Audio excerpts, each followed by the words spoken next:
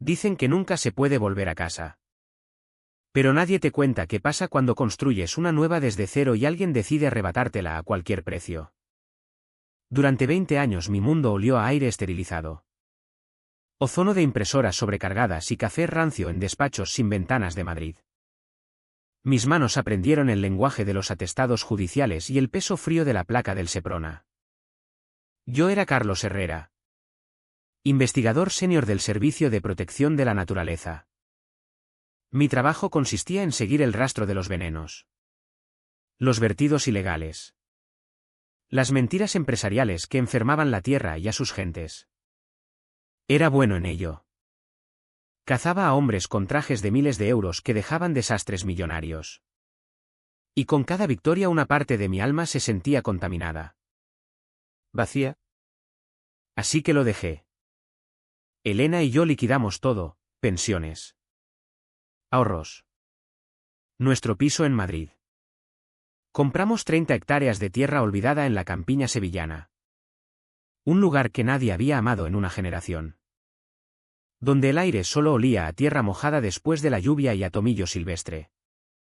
Levantamos vallas con nuestras propias manos bajo el sol andaluz. Hicimos brotar vida de aquella tierra dormida. La llamamos Finca El Refugio. No era un negocio. Era un propósito. Un lugar para sanar. Elena, veterinaria, tenía su clínica en el pueblo cercano, curando a los animales locales. Yo tenía mis campos, sanando un pedazo de tierra y, al hacerlo, sanándome a mí mismo. Nuestra vida encontró por fin su ritmo. Dictado por las estaciones. No por expedientes.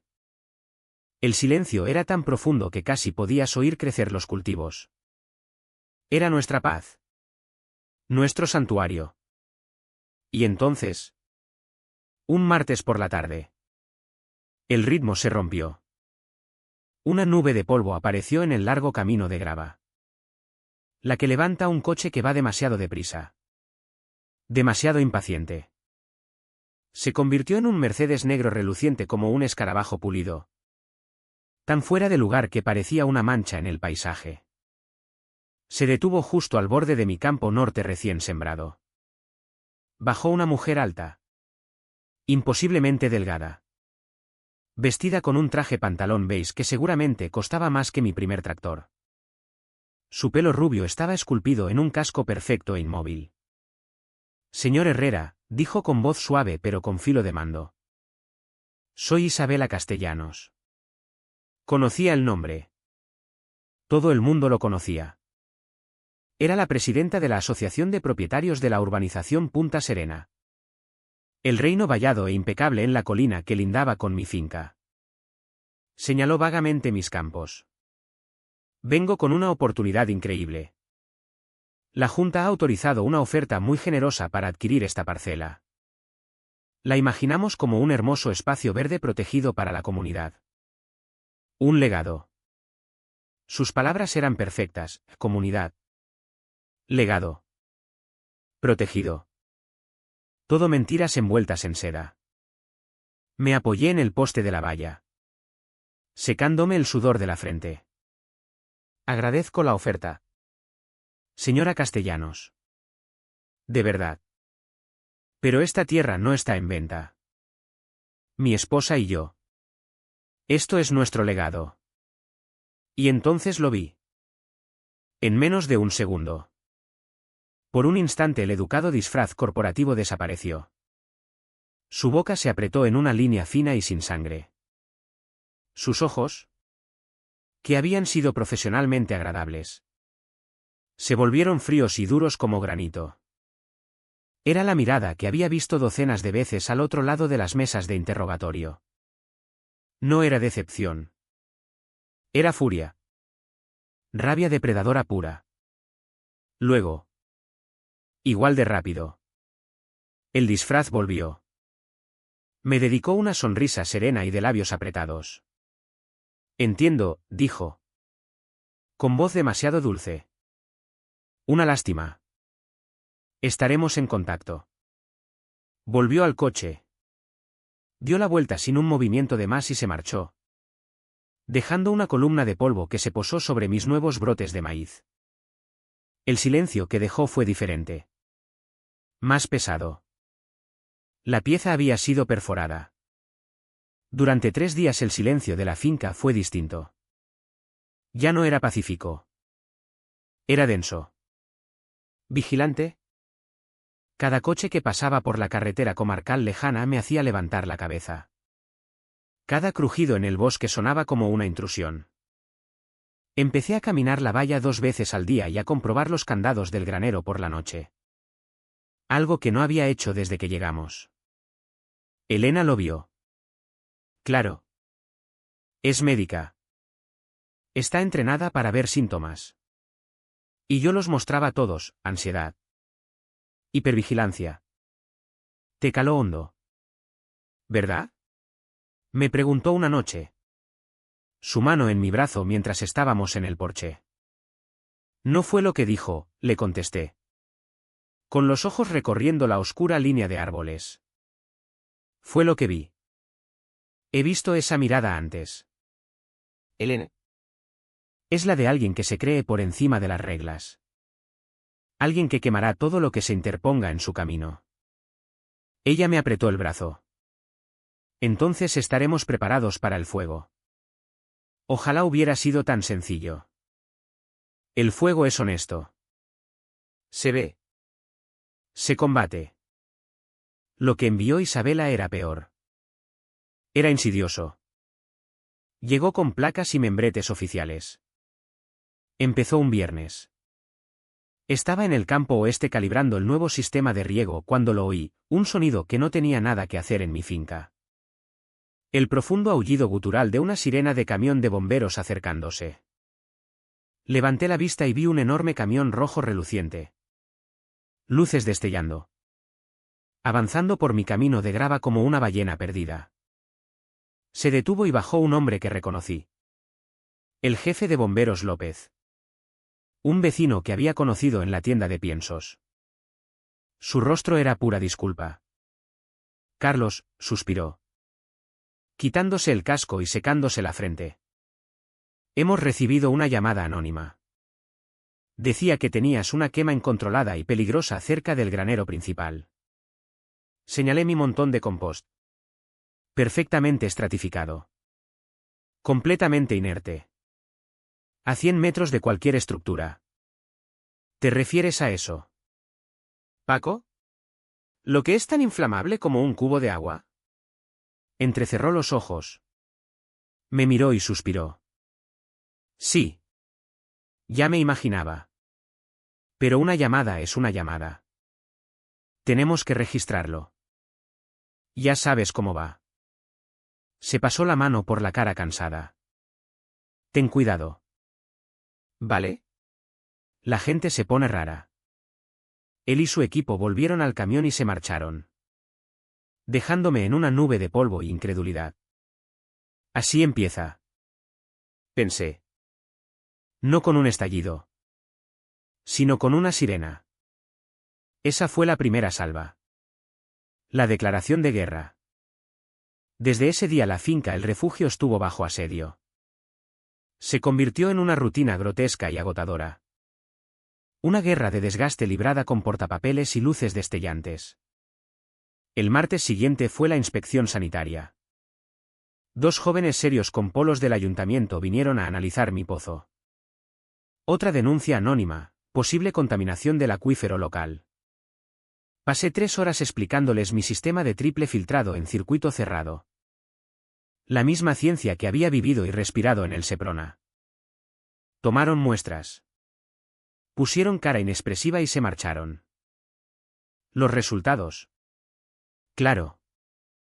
Llegaron una semana después, impecables. Más limpios que el agua del pueblo. Pero no era el objetivo. El objetivo eran las 3 horas perdidas. El objetivo era sembrar la semilla de la duda en el expediente oficial. El jueves fue el servicio de control de animales. Una mujer seria y primorosa con un lazo en la camioneta. La queja, que mis 2 mastines españoles Rico y Juno. Eran una manada salvaje y peligrosa que amenazaba a las mascotas del vecindario. Encontré a Rico dormido en el porche con la cabeza grande y tonta sobre las patas. Y a Juno persiguiendo una libélula en el patio. Eran guardianes de ganado. Criados durante siglos para ser dulces con su familia y feroces con los depredadores. Lo salvaje no estaba en su naturaleza. Pero la denuncia tuvo que registrarse. Otra mancha negra junto al nombre Carlos Herrera. Y luego estaban los coches de la Guardia Civil. Eso se convirtió en el ruido de fondo de mi vida. Al menos 2 veces por semana aparecía un patrullero. Los guardias ya me conocían por mi nombre. Un guardia joven llamado Miller. Con ojos cansados. Salía del coche sacudiendo la cabeza. A ver. Carlos, decía sin ni siquiera abrir la libreta. Vehículo sospechoso aparcado en la propiedad. Es mi propio camión. Agente. El mismo que lleva 2 años aquí. ¿No? Solo una comprobación. Otra vez fue ruido excesivo de maquinaria agrícola. Eran las 10 de la mañana en una finca. Me estás matando.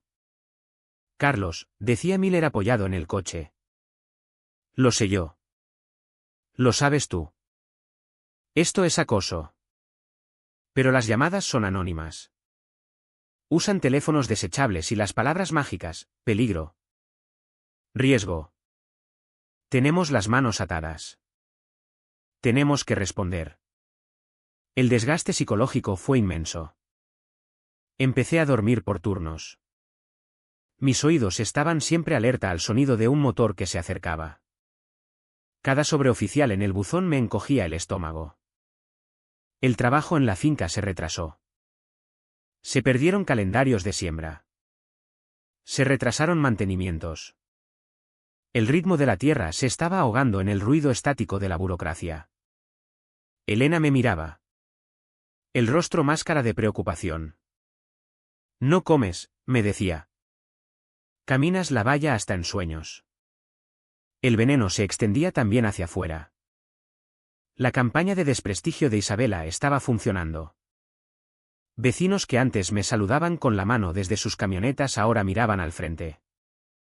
Las conversaciones en la tienda de piensos se apagaban en cuanto yo llegaba al mostrador. Me estaba convirtiendo en un paria en mi propia comunidad. Pintado como un problemático.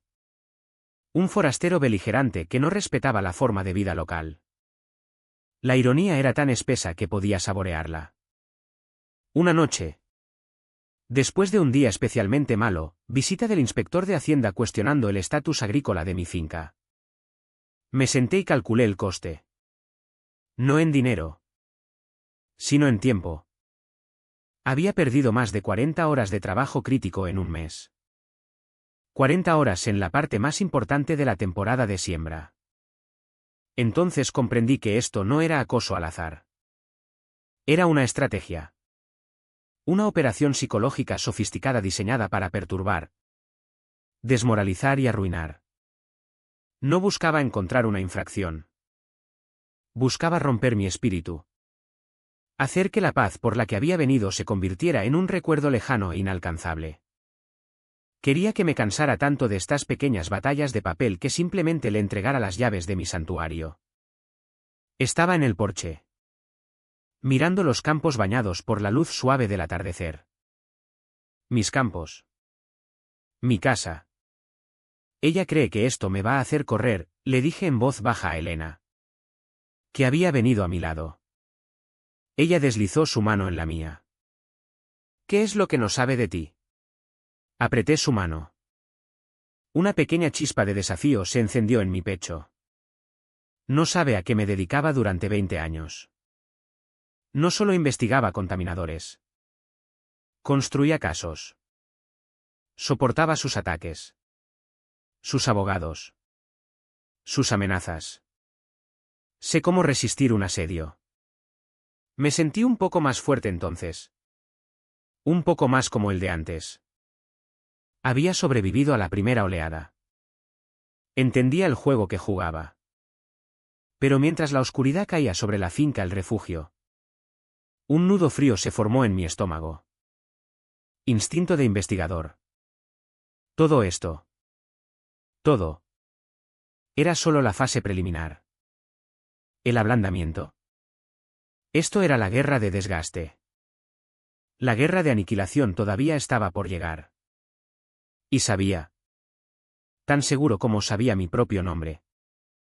Que sería algo mucho peor que un portapapeles y una luz destellante. Mi desafío en el porche se sintió bien por un momento. Una pequeña llama de calor contra el frío que se acercaba. Había resistido su primera oleada. La guerra de los cortes de papel. Y seguía en pie. Pero un viejo depredador no se aleja simplemente de la caza. Se queda en silencio. Espera a que bajes la guardia. Cambia sus tácticas de desgaste a aniquilación. Durante una semana completa no hubo nada. Ni patrulleros. Ni inspectores del ayuntamiento. Ni llamadas anónimas. El silencio era más fuerte y más inquietante que cualquier sirena.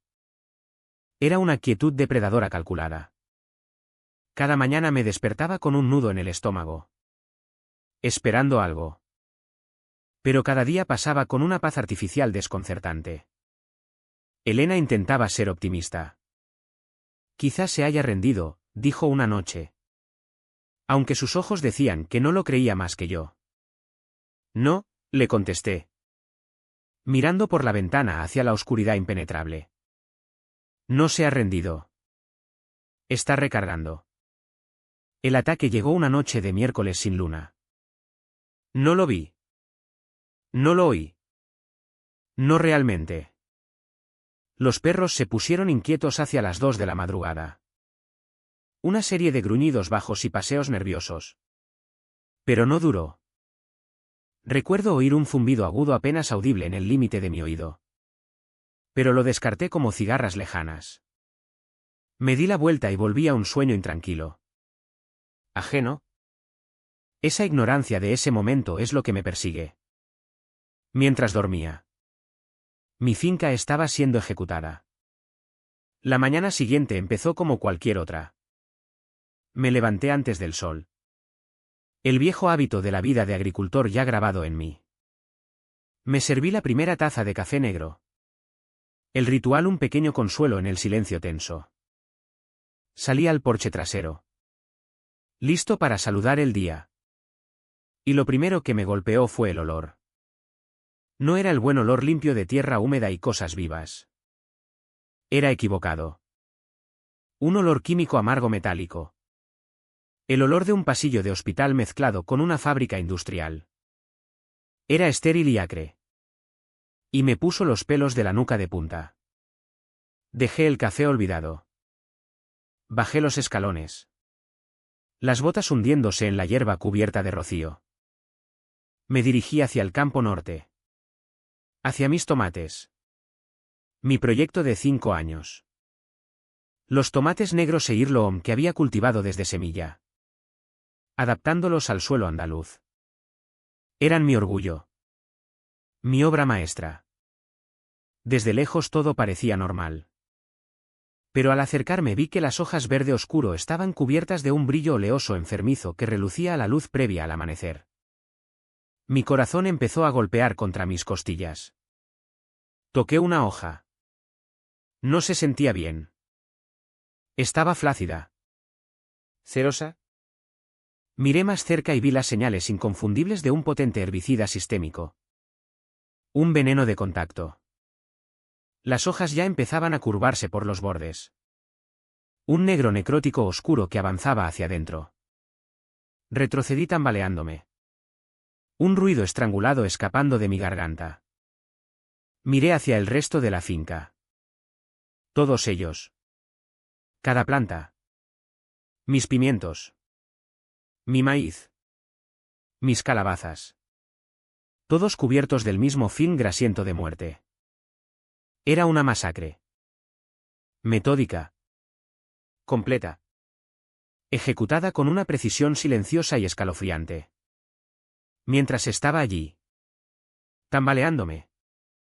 Un nuevo sonido se registró, el gorgoteo y el correr de demasiada agua. Me giré. Mi mente luchando por procesar esta nueva violación. Y seguí el sonido hasta el borde sur bajo de mi propiedad. Mi pasto bajo era un pantano. Un pie de agua fangosa lo cubría todo. Y el origen era obvio. El pequeño arroyo protegido por la normativa europea que lindaba con mi finca. Un arroyuelo suave que albergaba una especie rara de pez endémico. Había reventado su orilla. Corrí hacia él. Las botas hundiéndose en el barro. Y vi la causa, un pequeño dique de tierra que había aguantado 50 años había sido roto deliberadamente. No por una tormenta, sino por palas. La tierra estaba recién removida.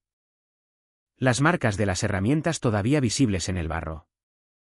Mi cerebro de investigador, frío y analítico incluso a través del shock, se puso en marcha.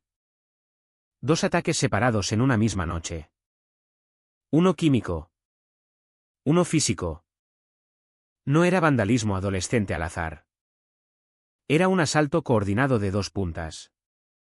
Uno para destruir mi medio de vida. El otro 2. La sangre se me heló. El arroyo. La especie protegida. Un acto deliberado de daño ambiental. Me giré y empecé a caminar de vuelta hacia la casa. Mis pasos pesados. Mecánicos. Mi sueño estaba muerto. Mi finca era un páramo tóxico e inundado. Pero Isabela Castellanos no era solo una vándala. Era una estratega. Esto no era el golpe final. Era la preparación para el golpe de gracia definitivo. Y ahí estaba. Clavado en el poste principal de la cancela. Destacando como una cicatriz blanca contra la madera oscura. Un sobreoficial impecable. Mis manos temblaron al abrirlo. El papel era grueso. Caro. Y en la parte superior había un sello que habría reconocido hasta dormido, el águila y el escudo del Ministerio para la Transición Ecológica y el Reto Demográfico. Mis ojos recorrieron las palabras. Pero mi cerebro apenas podía comprenderlas. Notificación oficial de investigación ministerial por denuncia creíble. Violación de la ley de aguas. Vertido no autorizado de materiales peligrosos. Destrucción de hábitat protegido. Sujeto a multas económicas importantes y posibles cargos penales. Me hundí de rodillas en el camino fangoso. La carta revoloteando de mi mano. Era una obra maestra de la crueldad. Una trampa diabólica perfecta. Había envenenado mi tierra y luego me había denunciado por ello. Había roto el dique y luego me había incriminado. Había usado mi propio pasado. Mi propio trabajo de toda la vida como arma para asestarme el golpe mortal. Ya no era un agricultor luchando contra una asociación de vecinos. Era un sospechoso de ecoterrorismo a punto de ser investigado por mis antiguos compañeros. De pie entre las ruinas de mi santuario sentí una desesperación tan profunda que era como ahogarse. Estaba en jaque mate. Total y completamente. Ella había ganado. Estar en jaque mate es una cosa. Estudias el tablero. Ves el movimiento brillante del oponente y aceptas la derrota. Puedes respetar la habilidad. Pero esto no era un juego. Era una demolición. Isabela Castellanos no me había superado. Había dinamitado el tablero. La mesa y la habitación. Y luego había llamado a la policía para que me detuviera por el ruido. Me arrodillé allí en el barro de mi propia tierra arruinada. El sello oficial de toda mi vida anterior mirándome desde un trozo de papel. Y sentí que el último resto de lucha se me escapaba. No recuerdo haber caminado de vuelta a la casa.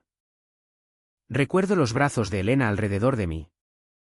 Su mano quitándome suavemente la carta de los dedos entumecidos. No dijo, te lo dije, ni lucharemos contra esto. Solo me abrazó. Absorbiendo el temblor de shock que recorría mi cuerpo. Durante las siguientes 48 horas fui un fantasma en mi propia casa. Me sentaba en la mesa de la cocina durante horas. Mirando el brillo químico enfermizo de los campos. La tierra que había amado ahora parecía una traición. Cada hoja marchita, cada huella de neumático fangosa era un testimonio de mi fracaso. El sueño no llegaba. Cuando cerraba los ojos solo veía ese sello ministerial magnificado y burlón. Empecé a hablar de vender. Solo vender. Darle lo que quería. Firmar los papeles. Asumir la pérdida y marcharme. Desaparecer. La idea de luchar. De navegar una investigación ministerial donde yo era el principal sospechoso. Me producía náuseas físicas. El sistema que una vez había manejado con precisión ahora era un arma cargada apuntando a mi cabeza. La lucha había terminado. Ella había ganado. Fue la segunda noche. Mientras murmuraba algo sobre llamar a una inmobiliaria. Cuando Elena rompió por fin su silencio suave. Se plantó al otro lado de la mesa de la cocina. Brazos cruzados. El rostro firme con una determinación que no había visto en años. La cara de una cirujana a punto de realizar un procedimiento difícil. ¿Así que ya está?, dijo. Voz baja pero afilada como cristal. ¿Vas a huir sin más? Levanté la vista. Cansado. Elena. No lo entiendes. Me ha incriminado a la perfección. Es mi palabra contra una montaña de pruebas fabricadas. Es inútil. No, dijo. Inclinándose hacia adelante y plantando las manos planas sobre la mesa. Tú no lo entiendes. Golpeó con el dedo la carta ministerial arrugada. No solo atacó a un agricultor. Carlos. Atacó a un investigador del Seprona. Y en su arrogancia cometió un error. Un error fatal. La miré inexpresivo. Dejó pruebas, dijo Elena. Sus ojos perforando los míos. Queriendo que lo viera. Cree que es intocable. Gente como ella se vuelve descuidada. Dejan un rastro. Tú. Más que nadie. Lo sabes. Hizo una pausa. Dejando que sus palabras calaran en la espesa niebla de mi desesperación. Deja de mirarlo con el corazón de un agricultor que lo ha perdido todo, ordenó. Su voz subiendo con intensidad feroz y amorosa. Empieza a mirarlo con los ojos del hombre con el que me casé. Del hombre que cazaba depredadores para ganarse la vida. Del hombre que enseñaba a agentes a encontrar el hilo suelto que podía desenredar toda una conspiración. Entonces llegaron las palabras que lo cambiaron todo. Ahora mismo no eres una víctima. Carlos. Eres un investigador y esto es tu escena del crimen. Algo dentro de mí se movió. Un candado que no sabía que estaba oxidado se abrió con un clic. La niebla empezó a disiparse. Reemplazada por una claridad fría y familiar. La parte analítica de mi cerebro. Dormida 2 días. Volvió a la vida con un chisporroteo. Escena del crimen. Rastro de pruebas. Me levanté de la mesa. La espalda más recta. Caminé hasta el pequeño estudio que casi nunca usaba y fui al fondo del armario. Detrás de una fila de abrigos viejos había un maletín rígido Pelican polvoriento. Mi viejo kit de investigación de campo. Lo llevé a la mesa de la cocina y lo abrí. La visión de las herramientas familiares, bolsas de muestras. Muestreadores de suelo. Tiras de pH. Microscopio digital, fue como ver viejos amigos. El olor a látex estéril y metal limpio llenó el aire. Me puse un par de guantes de nitrilo. Cuando salí fuera. El mundo parecía distinto.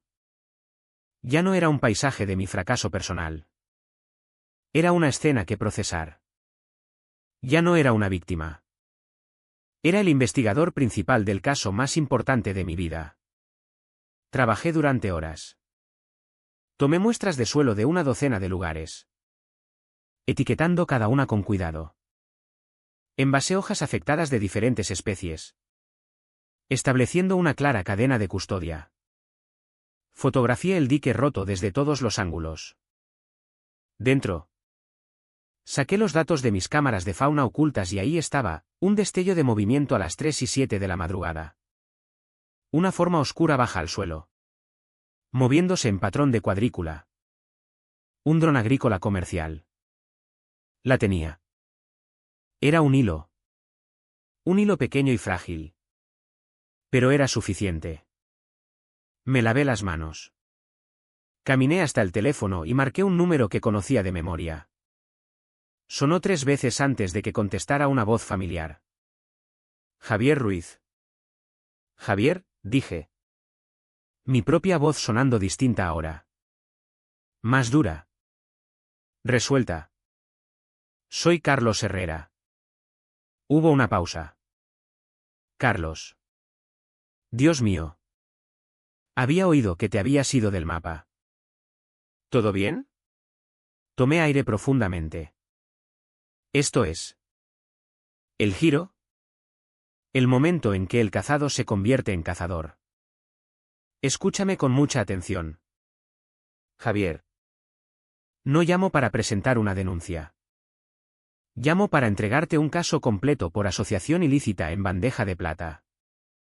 La Asociación de Propietarios de Punta Serena es una empresa criminal y voy a demostrarlo. El silencio al otro lado de la línea fue tan completo que por un momento pensé que se había cortado. Podía imaginar a mi viejo amigo Javier Ruiz sentado en su despacho estéril del ministerio en Madrid. A 1000 kilómetros de distancia. Pellizcándose el puente de la nariz. Finalmente habló. Su voz un barítono cuidadoso y mesurado. Carlos. ¿Hablas en serio? ¿Un caso por asociación ilícita contra una asociación de vecinos de urbanización?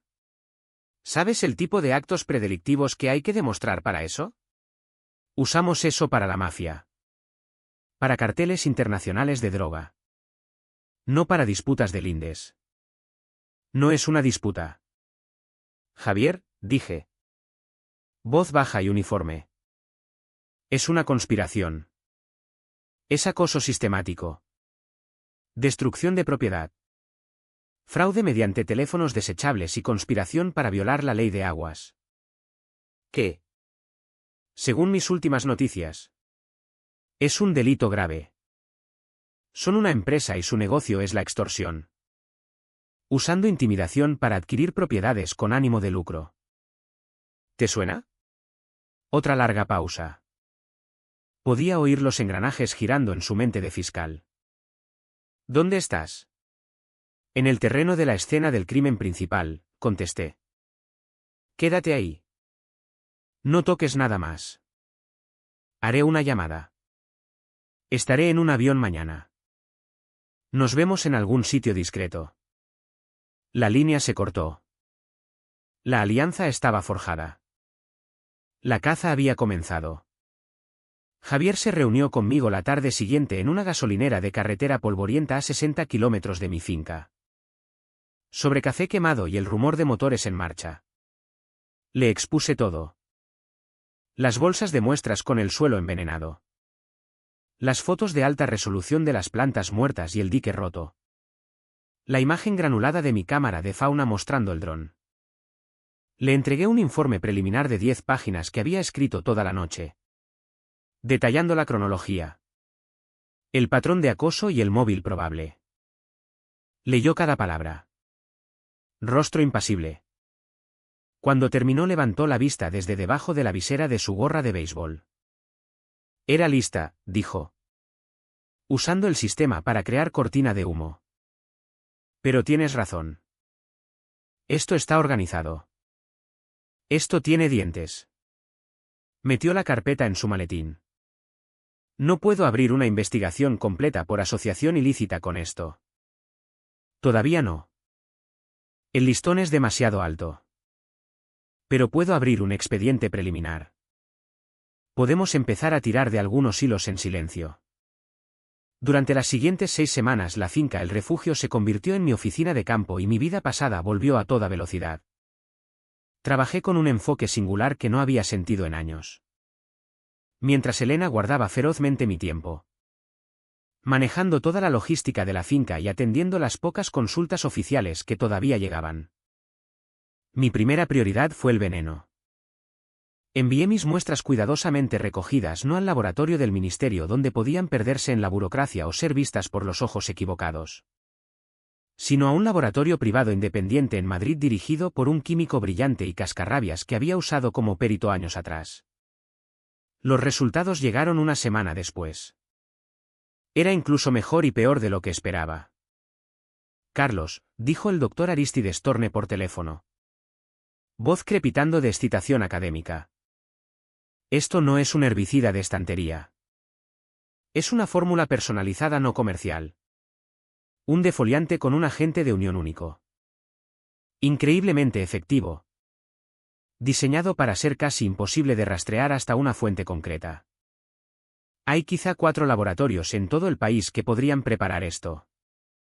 Es el tipo de cosa que usan para despejar terrenos para campos de golf de lujo. Campos de golf. La palabra me golpeó como un puñetazo físico. El objetivo final de Isabela empezaba a enfocarse. Arístides me dio los nombres de los 4 laboratorios. Eso fue todo lo que Javier necesitó. Su equipo en el ministerio. Trabajando bajo la tapadera de una investigación más amplia sobre la cadena de suministro agrícola. Envió citaciones. 3 laboratorios salieron limpios. El cuarto. Un proveedor químico especializado en Cataluña. Mostró un pedido reciente grande de esa fórmula exacta. El comprador, una empresa que nunca había oído. Soluciones paisajísticas Apex. Mientras el equipo de Javier perseguía a los químicos. Yo perseguí el dinero. Una asociación de propietarios es una entidad legal. Tiene que presentar informes.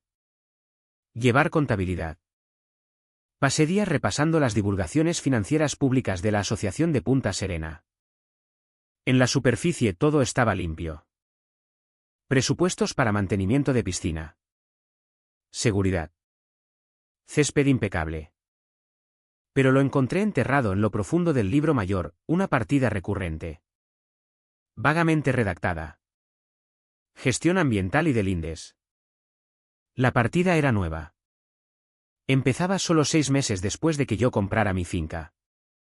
Y los gastos eran enormes. Decenas de miles de euros. Los contables forenses de Javier tomaron ese hilo y tiraron. Obtuvieron una orden para los registros bancarios internos completos de la asociación y ahí estaba, una serie de pagos grandes y regulares del presupuesto de gestión ambiental y del INDES. Todos hechos a un solo destinatario. Soluciones paisajísticas Apex. Teníamos el arma. Teníamos el rastro del dinero. Ahora solo necesitábamos conectarlo todo con Isabela. El vídeo del dron fue mi siguiente obsesión. La imagen era granulada. Pero el perfil del dron era inconfundible. Era un Gerie Pro 7. Un dron agrícola de alta gama con tanque de pulverización de 10 litros. No un juguete. Crucé la referencia del modelo con las bases de datos de registro de la AESA. El equipo de Javier sacó los registros. Había miles registrados en el país.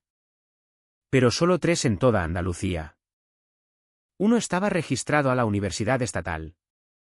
Otro a una gran explotación corporativa a 500 kilómetros. Y el tercero estaba registrado a Soluciones Paisajísticas Apex. La dirección registrada era un apartado de correos en Sevilla.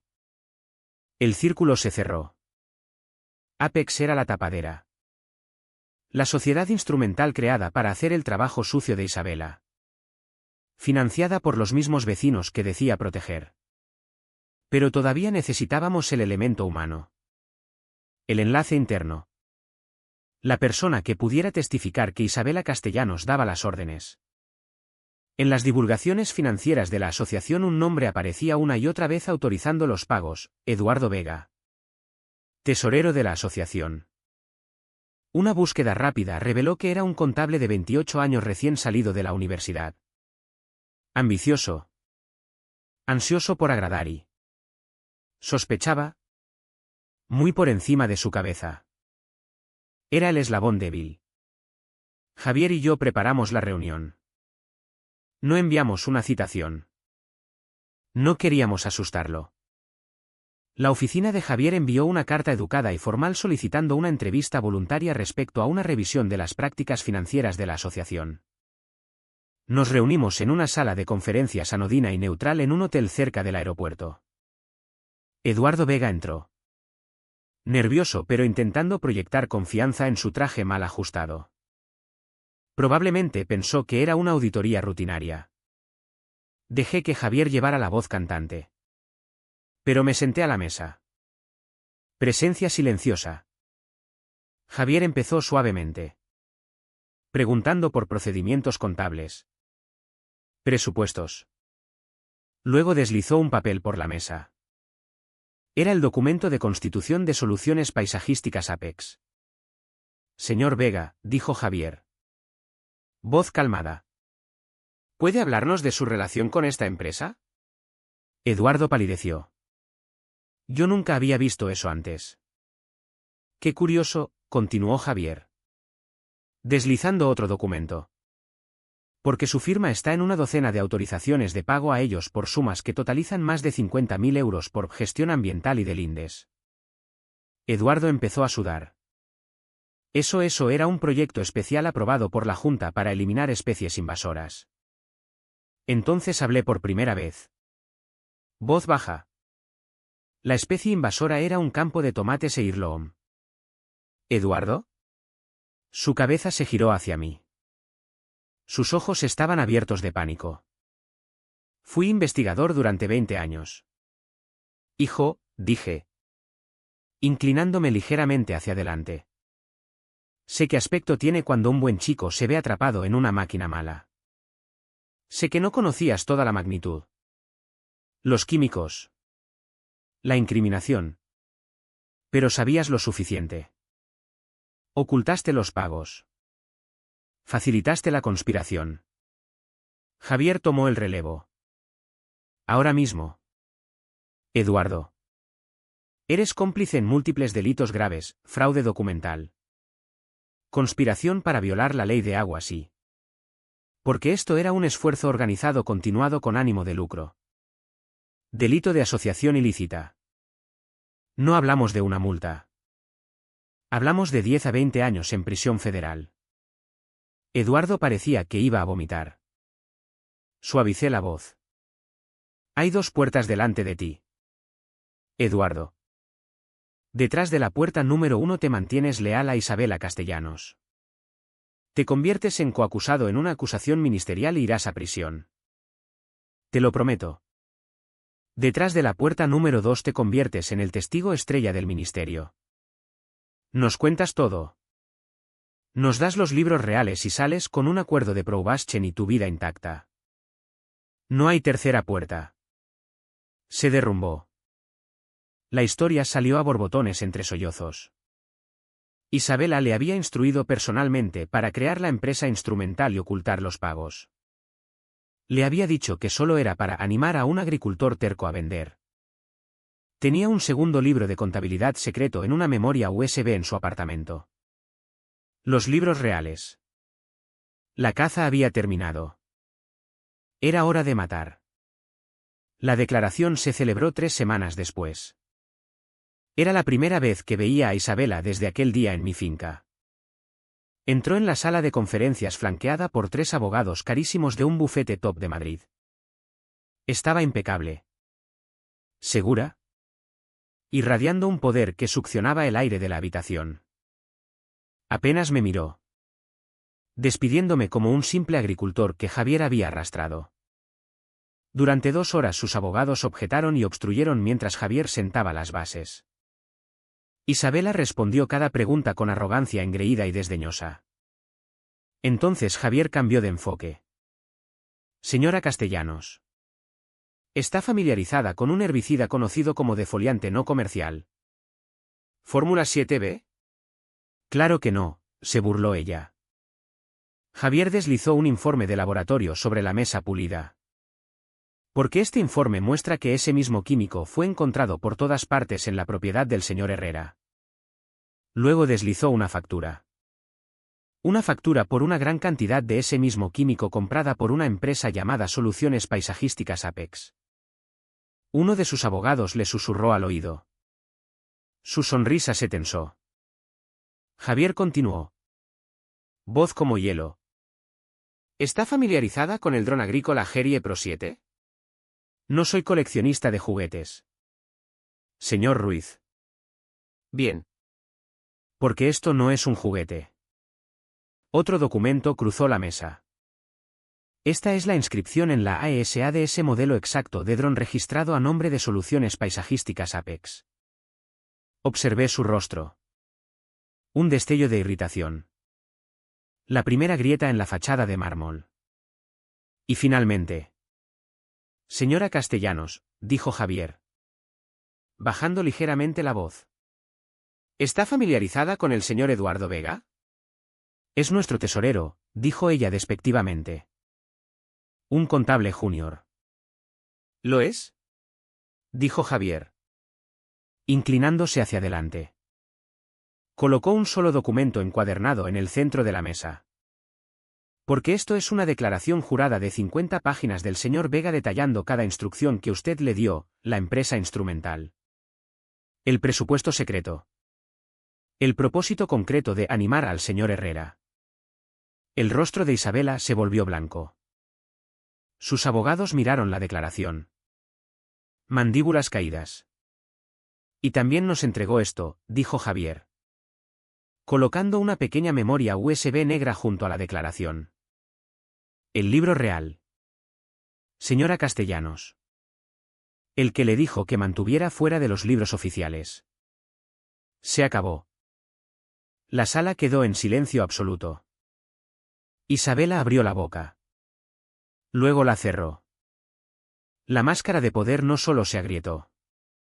Se hizo añicos en 1.000.000 de pedazos. Por primera vez la vi por lo que era. No una titana. No una reina. Sino una criminal común desnuda bajo las duras luces fluorescentes de la justicia. Crucé la mirada con ella desde el otro lado de la mesa. No sonreí. No dije una palabra. Solo sostuve su mirada y vi cómo su imperio se convertía en polvo. En ese momento no hubo triunfo. No hubo alegría. Solo una quietud hueca y definitiva. El depredador. Tan seguro de su poder. Finalmente estaba enjaulado por la verdad. Sus abogados. Antes tan agresivos. Ahora estaban callados. Removiendo papeles como si la respuesta pudiera aparecer mágicamente en una página que habían pasado por alto. No aparecería. La guerra había terminado. La victoria se sintió clínica. Necesaria. El trabajo estaba hecho. Las consecuencias de esa declaración fueron rápidas y decisivas. Con el testimonio de Eduardo Vega y la montaña de pruebas que habíamos compilado, el equipo legal de Isabela Castellanos no tuvo margen de maniobra. Enfrentada al poder innegable de una acusación por asociación ilícita y delitos ambientales, aceptó un acuerdo de culpabilidad para evitar un juicio público largo y vergonzoso. No asistí a la sentencia, pero la vi en las noticias locales. Vi a Isabela Castellanos. Ya no con su traje de poder, sino con un mono naranja estándar. De pie ante un juez del ministerio. El juez era una mujer severa y sin tonterías que, en sus observaciones de sentencia, calificó a la Asociación de Propietarios de Punta Serena como ejemplo clásico de empresa corrupta que depreda a un ciudadano inocente mediante abuso sistemático de poder e intimidación criminal. Isabela Castellanos fue condenada a 20 años de prisión, sin libertad condicional durante al menos 12. La Asociación de Propietarios de Punta Serena, declarada organización corrupta, fue disuelta por orden ministerial. Sus activos fueron incautados. Sus normas anuladas. Las puertas prístinas que la separaban del resto del mundo fueron abiertas y bloqueadas permanentemente. Unas semanas después otro coche subió por mi camino de grava. Esta vez era un patrullero de la Guardia Civil Familiar. El guardia Miller. Ahora sargento Miller. Bajó. No llevaba su expresión cansada habitual. Parecía resuelto. Caminó directamente hasta mi porche. Se quitó el sombrero y lo sostuvo en las manos. Carlos, dijo, mirándome directamente a los ojos. No vengo por una llamada. Vengo a disculparme en nombre mío y del cuerpo. Seguimos el procedimiento. Pero sabíamos que estaba mal. Sabíamos que le estaban acosando. Simplemente nunca imaginamos lo profundo que llegaba la podredumbre. Usted solo hacía su trabajo. Sargento, dije. Quizá, contestó, sacudiendo la cabeza. Pero podríamos haberlo hecho mejor. Estamos cambiando nuestros protocolos para manejar denuncias de acoso gracias a usted. Su lucha hizo que todo el condado se mirara a sí mismo. Extendió la mano. Se la estreché. Y en ese momento empezó un tipo diferente de sanación. La confianza en mi comunidad, que había sido tan gravemente rota, empezó a repararse. La restitución ordenada por el Tribunal de los Activos Incautados de Isabela fue sustancial. Era más que suficiente para cubrir los daños. Los ingresos perdidos. Los honorarios legales. Pero Elena y yo sabíamos desde el principio que el dinero nunca fue el objetivo. Era una herramienta. Un medio para un fin. El trabajo real era sanar la tierra. No solo replantamos. Rejuvenecimos. Trajimos especialistas en suelos. Pasamos un año enmendando la tierra envenenada. Lavando toxinas. Plantando cultivos de cobertura para restaurar el microbioma. Fue un trabajo lento. Agotador. Care. Pero cada día, al hundir las manos en la tierra, sentía que estaba desintoxicando mi propia alma junto con ella. En el pasto bajo, el que había sido inundado, decidimos no recuperarlo para cultivos. El recuerdo del dique roto era demasiado crudo. En su lugar hicimos otra cosa. Dejamos que el agua se quedara. Trajimos plantas autóctonas de humedal y convertimos toda la zona en una pequeña reserva natural protegida. Un santuario para las aves, las ranas y los peces del arroyo. En la entrada del nuevo humedal colocamos un sencillo cartel de madera tallada a mano. No llevaba mi nombre ni el suyo. Solo decía Arroyo La Esperanza. Abierto a todos. Era nuestra respuesta silenciosa a su reino vallado. Tardó 2 años. Pero la finca El Refugio renació. Más vibrante. Más resiliente que antes. Y yo también. Una tarde, sentado en el porche viendo cómo el atardecer pintaba el cielo, comprendí algo. El infierno por el que Isabela me había hecho pasar me había dado algo inesperado, una experiencia única. Sabía de primera mano cómo una entidad poderosa podía usar el sistema para aplastar a un individuo. Y ahora tenía los recursos y el conocimiento para contraatacar. Aquella noche Elena y yo tomamos una decisión. Creamos el Fondo Justicia La Esperanza. Una fundación sin ánimo de lucro sembrada con el dinero de la restitución. Con una misión clara, proporcionar apoyo gratuito de investigación y legal a pequeños agricultores, ganaderos y propietarios de tierras que se encuentren en el punto de mira de Goliaths corporativos y matones burocráticos. Mi vida encontró un nuevo propósito. Ya no era solo un agricultor. Era un defensor. Hoy la finca prospera. Pero es más que una finca. Es una escuela. Una vez al mes organizamos talleres para estudiantes de derecho, jóvenes agricultores y organizadores comunitarios. No solo les enseño rotación de cultivos. Les enseño derechos de la tierra. Cómo navegar la burocracia. Cómo construir un caso cuando el sistema está en contra. Miro ahora mis campos. Las hileras sanas de maíz erguidas. Las risas que vienen de las familias que disfrutan del jardín del arroyo. A Elena cuidando sus rosas junto al porche. Encontré la paz que buscaba todos aquellos años atrás. Pero no es la paz tranquila y solitaria que creía querer.